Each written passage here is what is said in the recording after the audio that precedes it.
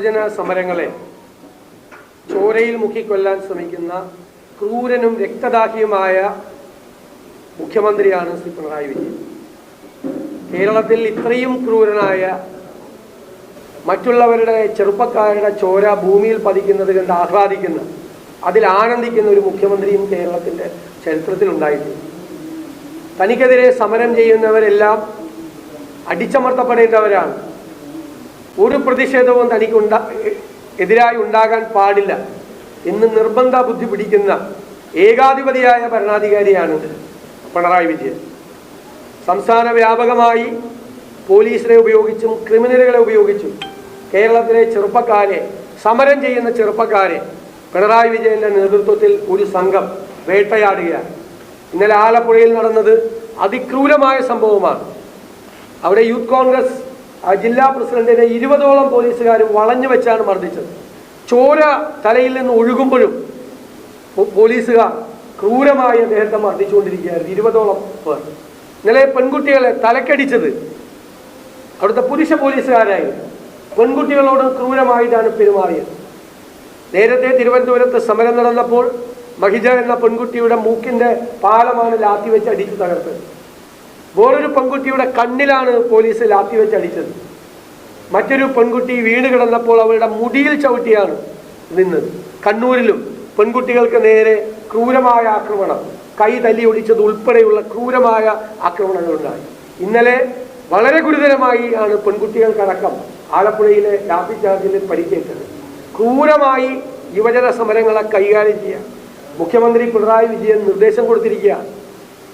അതിനെതിരായ അതിശക്തമായ പ്രതിഷേധവും പ്രതികരണവും ഉണ്ടാകും. യൂത്ത് കോൺഗ്രസ് സംസ്ഥാന പ്രസിഡന്റിനെ ഒരു കാലത്തും കാണാത്ത രീതിയിൽ വീട്ടിൽ നിന്ന് വെളുപ്പാങ്കാലത്തെ അറസ്റ്റ് ചെയ്ത് ജയിലിൽ അടച്ചിരിക്കുകയാണ്. എന്നിട്ട് അദ്ദേഹം ജാമ്യം കിട്ടി പുറത്തു വരുമെന്ന് കണ്ടപ്പോൾ അദ്ദേഹത്തിനെതിരായി വീണ്ടും ഇന്ന് പുതിയ 3 കേസുകൾ ഉണ്ടാക്കിയിരിക്കുകയാണ്. സംസ്ഥാന വ്യാപകമായി ധാരാളം നൂറുകണക്കിന് ചെറുപ്പക്കാർക്ക് നേരെ കേസുകൾ എടുത്തുകൊണ്ടേയിരിക്കുകയാണ്. എന്നിട്ട് അവരുടെ വീടുകളിൽ മുഴുവൻ പോലീസ് കയറിക്കൊണ്ടിരിക്കുകയാണ്. ഒരു കാലത്തും ഇല്ലാത്ത തരത്തിലാണ്, കേരളത്തിൻ്റെ ചരിത്രത്തിൽ ഒരു കാലത്തും ഇല്ലാത്ത തരത്തിൽ പോലീസിനെ കൊണ്ട് യുവജനങ്ങളെ വേട്ടയാടുകയാണ്. എല്ലാവരുടെയും വീടുകളിൽ പോലീസ് കയറുകയാണ്. അർദ്ധരാത്രിയിലും വെളുപ്പാങ്കാലത്തും വീടിനകത്തേക്ക് പോലീസ് ഇരച്ചു കയറുകയാണ്. ഈ സ്ഥിതിയാണ് മുന്നോട്ട് പോകുന്നതെങ്കിൽ ഞങ്ങൾ ഇതുവരെ ചെയ്തുകൊണ്ടിരുന്ന സമീപനത്തിന് മാറ്റം ഉണ്ടാകേണ്ടി വരും. ഇതുകൊണ്ട് ആരും സമരം നിർത്താൻ പോകുന്നില്ല എന്ന് മുഖ്യമന്ത്രി മനസ്സിലാക്കണം. നിങ്ങൾക്കെതിരായിട്ടുള്ള പ്രതിഷേധം, നിങ്ങൾ ഈ കേരളത്തെ തകർത്തതിനെതിരായിട്ടുള്ള നിങ്ങൾക്കെതിരായിട്ടുള്ള പ്രതിഷേധം ഇനിയും ഉണ്ടാകും.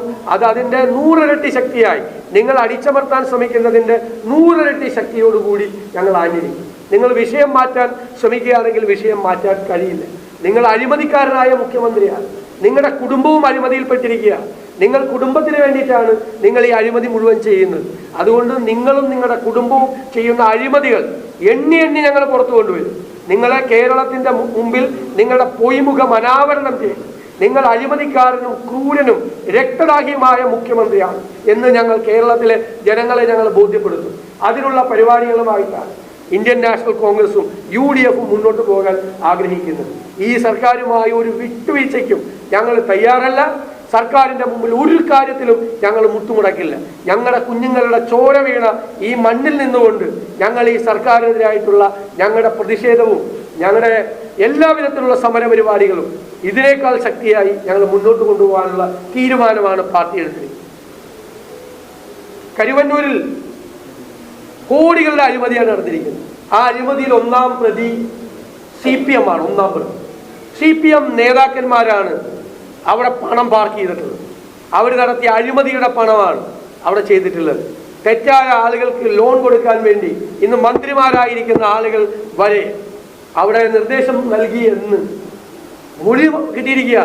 എൻഫോഴ്സ്മെന്റ് ഡയറക്ടറേറ്റും മൊഴി കിട്ടിയിരിക്കുക. മന്ത്രി പി രാജീവ് അദ്ദേഹം ന്യായീകരിക്കാൻ ശ്രമിക്കുകയാണ്. അദ്ദേഹത്തിനെതിരായിട്ട് ബാങ്കിന്റെ സെക്രട്ടറി ആയിരുന്ന ഒരാൾ കൊടുത്തിരിക്കുന്ന മൊഴിയാണ് അനാവശ്യമായി സ്വാധീനിച്ച് തെറ്റായ ഒരു ലോൺ കൊടുക്കാൻ ശ്രമിച്ചു എന്നുള്ളതാണ്. 500 കോടി രൂപയുടെ അഴിമതി പാവപ്പെട്ട ജനങ്ങളെ കബളിപ്പിച്ചതില്ല 1ാം പ്രതി CPM ആണ്. CPMന്റെ ഉത്തരവാദിത്തപ്പെട്ട നേതാക്കന്മാരെല്ലാം അതിൽ പ്രതികളാണ്. പാർട്ടി അതിന് ഉത്തരം പറഞ്ഞേ മതിയാകൂ, മന്ത്രി അതിന് ഉത്തരം പറഞ്ഞേ മതിയാകൂ. മന്ത്രിക്ക് അതിനകത്ത് ഉത്തരവാദിത്വമുണ്ട് എന്ന കാര്യത്തിൽ സംശയമില്ല. CPM-ന്റെ തൃശ്ശൂരിലെ നേതാക്കന്മാർക്കും മറ്റ് പുറത്തു നിന്നുള്ള നേതാക്കന്മാർക്കും ഈ വലിയ അഴിമതിയിൽ പങ്കുണ്ട് എന്ന കാര്യത്തിൽ സംശയമില്ല. നാട്ടുകാരുടെ പണമെടുത്തിട്ടാണ് ഇവരെല്ലാവരും ഈ അഴിമതി ചെയ്തിരിക്കുന്നത് എന്ന കാര്യത്തിൽ ഒരു സംശയം ഇല്ല. അതുകൊണ്ട് ഇത് ED എന്താണ് ചെയ്യാൻ പോകുന്നതെന്നാണ് ഞങ്ങൾ നോക്കിയിരിക്കുന്നത്. എൻഫോഴ്സ്മെന്റ് ഡയറക്ടറേറ്റ് ഈ മൊഴിയുടെ അടിസ്ഥാനത്തിൽ കേസുമായി മുന്നോട്ട് പോകുമോ, അതോ സംഘപരിവാർ നേതൃത്വവും കേരളത്തിലെ CPM നേതൃത്വവും തമ്മിൽ കോംപ്രമൈസ് ഉണ്ടാകുമോ, സമരസപ്പെടുമോ, ഇതിന് മുൻപുള്ള പ്രധാനപ്പെട്ട കേസുകളിൽ ഉണ്ടായ പോലെ ഉണ്ടാകുമോ എന്ന് ഞങ്ങൾ സൂക്ഷ്മതയോടുകൂടി നോക്കി കാത്തിരിക്കണം.